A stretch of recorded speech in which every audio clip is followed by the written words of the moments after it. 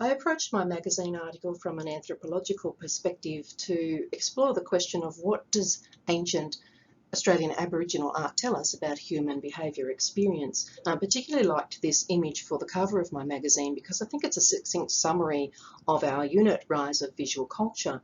We see scientists with an iPad viewing and recording ancient ochre art on rock. So we've got the rise of visual art media and a clash of cultures with scientists intent on dating the art, whereas local Indigenous interest in this sort of art is rooted in connection to place.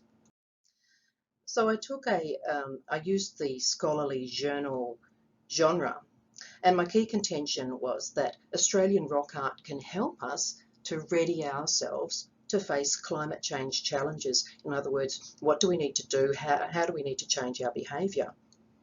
And I took a hands-on approach to doing my research by going to see the most significant accessible rock art in Victoria. It's in the Grampians, and this one is the Bunjil shelter.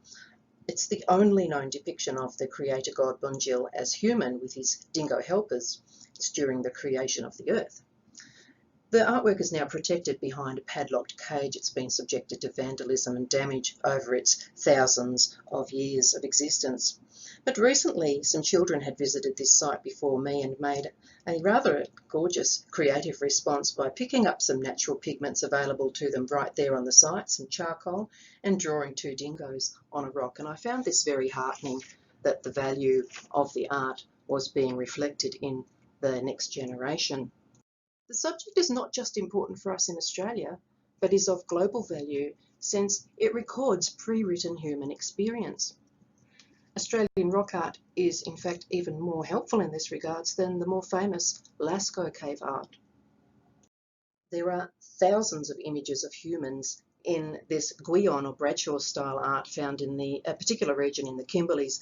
It's showing what people were up to when their territory had halved due to rising sea levels coming out of the Ice Age. So how did they negotiate that social and environmental chaos to be a surviving culture even today?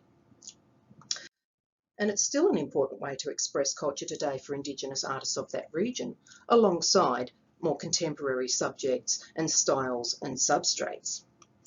So I would say it's really important that we preserve and protect and learn from this art. But you may recall from earlier in our unit the wanton destruction of a culturally significant rock shelter by a mining company.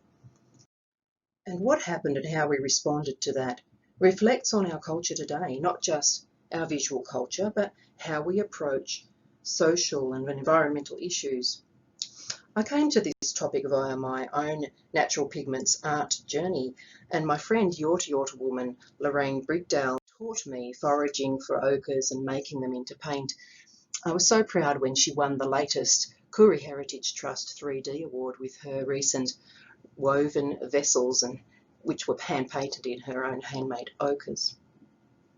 And I also had a happy ending to my research journey during the preparing of this article, when I had an experience foraging for ochre from a still in use ancient Indigenous ochre pit in the Grampians. I needed white to complete my collection. I've got no local white ochres around me.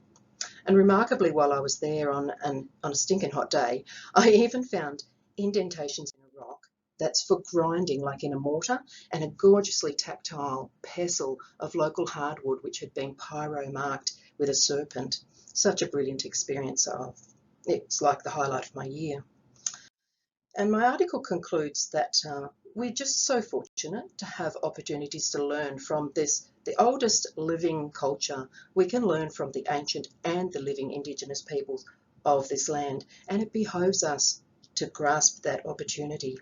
So my article hopefully reminds us just how valuable our visual culture is for informing our future. And I'd be happy to take any questions at this stage. Thank you.